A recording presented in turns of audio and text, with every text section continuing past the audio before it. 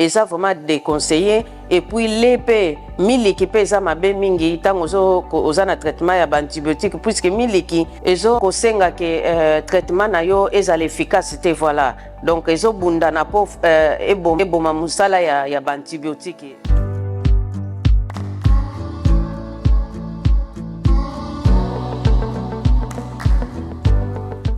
Bonjour, bonsoir à la famille, ça dépend de la herbe aux alliés. Ngai molobeli nabino toujours police ya santé congolaise. Na ye liboso nabino poto solo la tobeta sujet oyo to lobeli bokono ya ba infection. Nazana batu ba tinzakinga ba bengaki pourquoi pas lobela kawana puisque ils ont touché pe bato belé surtout na milieu na biso po ngana lobela kaka peuple congolais. Donc les autres sont ba infection ezanini et puis traitement nango ezanini et okosala nini po tango za na bokono ya infection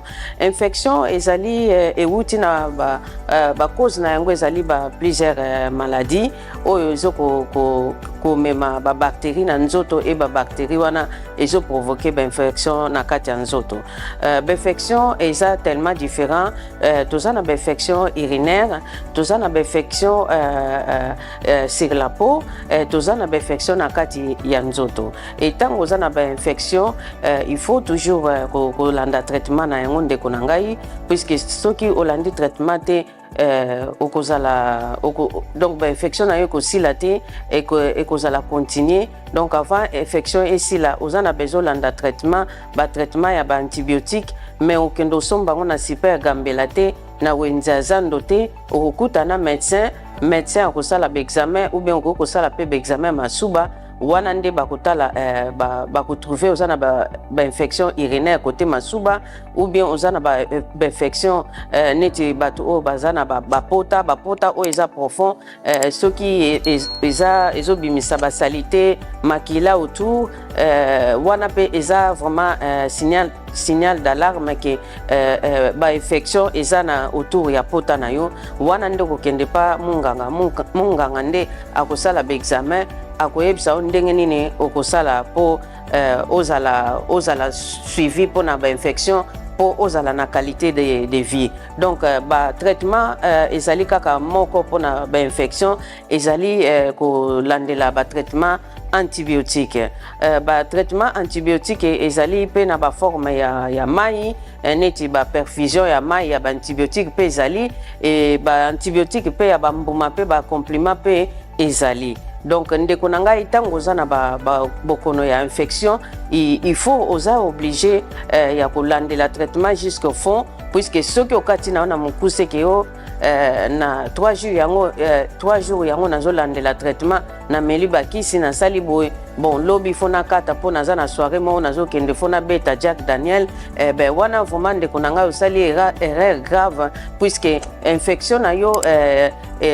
ekozonga puisque traitement na yo okati na mukuse ba traitement ya antibiotique il faut kokende na yango tina suka wana c'est le conseil ya médecin na yo il faut kokende na yango na suka il faut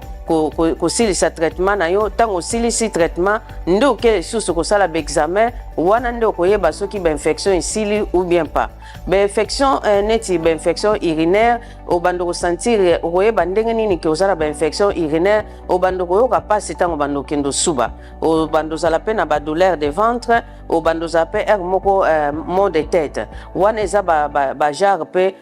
ya ba sorte ya ba infection urinaire donc ba douleur tango zo ke osala pipi ba mal de tête mal au ventre et puis okozala penza en bonne forme puisque ba infection ezo kobundana ba bactéries oyo ozana ngona kati ya nzoto. Donc ba traitement na yango eza ba antibiotique et puis soki oza komela ba traitement okokipe toujours soki ke ba antibiotique ezo mela longtemps de konangai okokipe kotuna munganga ayebisa yo po to utilisaka pe souvent ba aliments supplémentaires pona ko protéger pona ko soutenir ba période ya traitement na yo ya antibiotique. Donc ba poudre eza forme ya poudre eza ba aliments supplémentaires et pesaka poids et pesaka et protégeaka yo pendant ba traitement ya antibiotique surtout bato bazana pota tango ozomela ba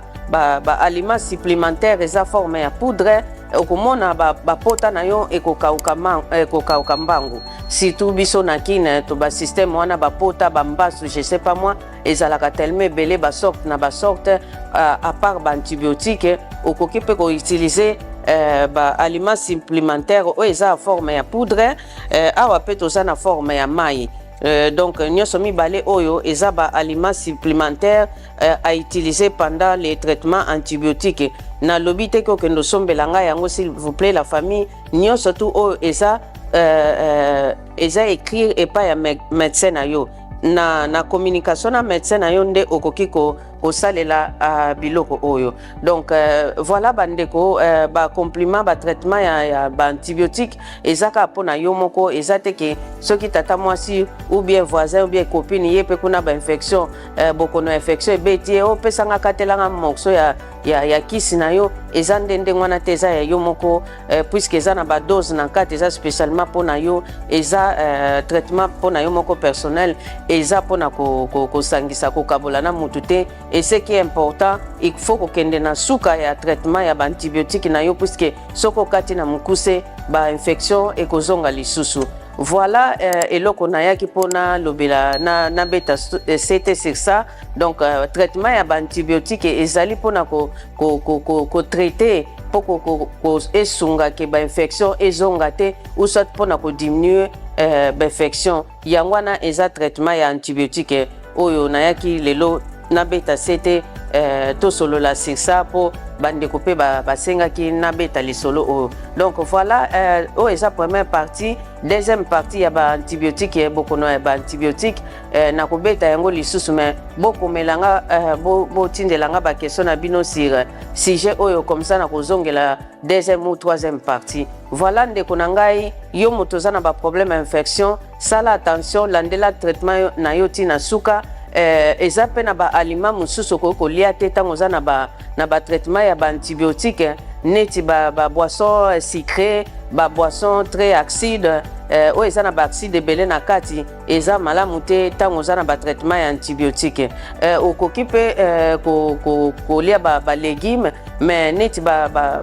boisson sucrée ba soda ba boisson eza très na ba acide na kati eza vraiment déconseillé. Et puis l'épée miliki pe eza mabe mingi tango oza na traitement ya ba antibiotique puisque miliki ezo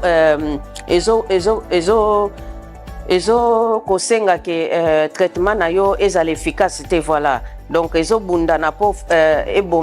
eboma musala ya ba antibiotique miliki. Donc miliki eza pe déconseillé tango oza na traitement ya ba antibiotique. Voilà la famille eloko kana yaki poto solo la na mukolo lelo yangwana o tolobi moto o yazana ba traitement ya ba antibiotique akoko sala nini yango eloko na yaki koloba na mukolo na lelo et puis ko bosana te ko melaka mai ebele tango zana ba traitement ya ba antibiotique. Ndeko na ngai na tiki bino na kozonga susu deuxième partie pour na sujet oyo tokutani mbala sima. Bye bye.